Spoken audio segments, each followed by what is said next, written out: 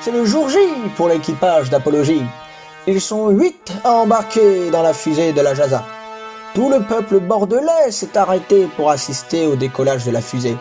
Que ce soit à la télévision, à la radio ou même en direct. Et c'est parti pour la Lune, mes amis!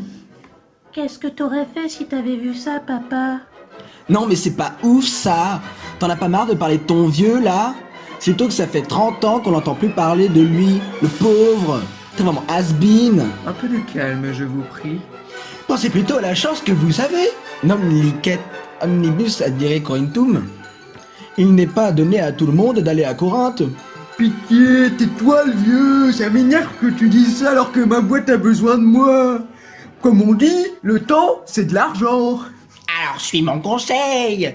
Prends ton mal à patience et conduis-toi en homme, comme les géraniums. MDR, comment il t'a cassé, Carlos?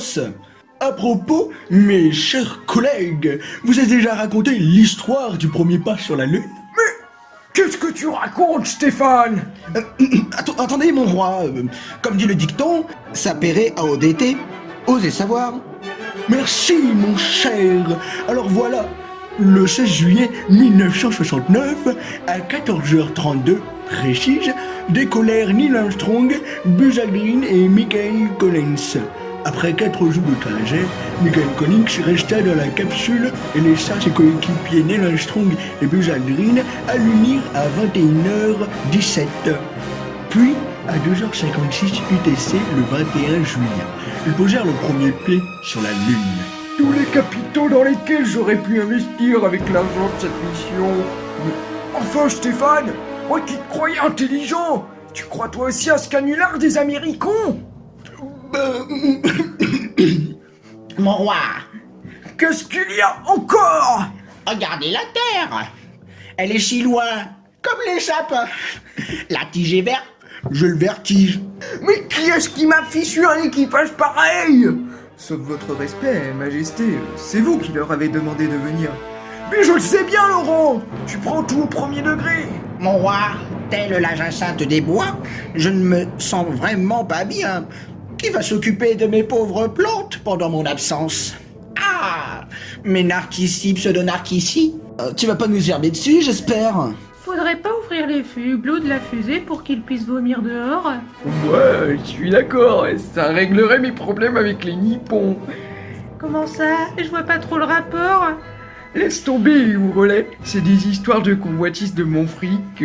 Ah!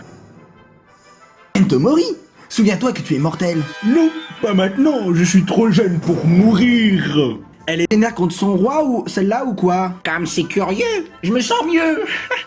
Mais un problème fait place à un autre. Je suis prêt à faner, comme en absence de mes Daphné camélées. Que faisons-nous, Votre Altesse? Laisse-la faire, elle va vite comprendre. Je comprends pas. Y a pas de poignée.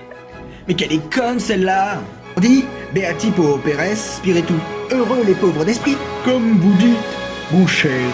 Comme c'est curieux, il y a 2 minutes à peine, on ne vous voyait pas ainsi. Comme les gentils. Mais vous aussi, mon cher, on dirait que vous allez mieux. Regarde, j'ai fait fête. Dieu aurait-il répondu à mes prières? Quelqu'un dans cette fusée a tenté d'attenter à la vie de Sa Majesté.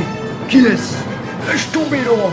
Je sais qui c'est. Oups, je me suis trompé de bouton pour ouvrir les hublots. J'espère que vous n'avez rien senti, hein. Mais elle a pas encore fini de foutre le bazar, elle. Laurent. Oui, Votre Majesté. Je commence à me demander si je n'aurais pas mieux fait d'emmener des asociaux avec moi. Non, vous avez pris une bonne décision, Votre Majesté. Réfléchissez. Votre équipage a quelque chose en plus que les asociaux n'auront jamais pour vous. Mais quoi donc, enfin? Ils vous sont loyaux. Donnez-leur une seconde chance. Mon roi, nous avons un problème. Qu'y a-t-il? Charlotte a éteint le réacteur de gauche. Bien entendu, j'ai rallumé, mais la trajectoire de la fusée a quand même dévié de 2 degrés. Comme mes pensées. Est-ce grave? Si on ne fait rien, on va s'écraser sur la Lune et la fusée sera détruite. Comme mes pensées ne supportent pas une variation de température de 2 degrés. Que faire? J'ai une idée. Qui abet, aures, audienti, audiat. Que celui qui a des oreilles pour entendre, entende. Non! Qualix artifex pereo, quel grand artiste meurt avec moi. Sur ce, je vais bouder. Qui a une idée? Moi? On t'écoute. Ben, les fusées, c'est comme les voitures, non? Et les voitures, ce sont une manifestation du capital.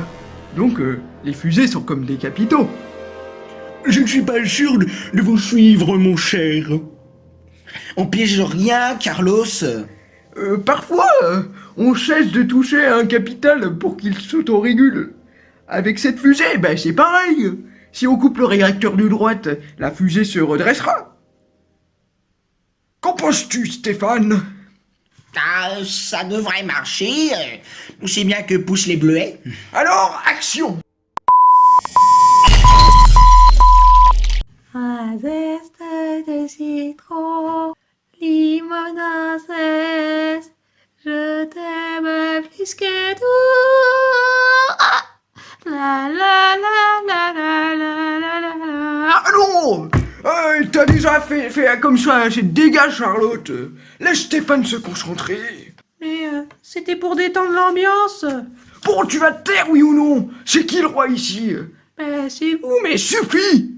Moi, Oui, Stéphane? ça a marché.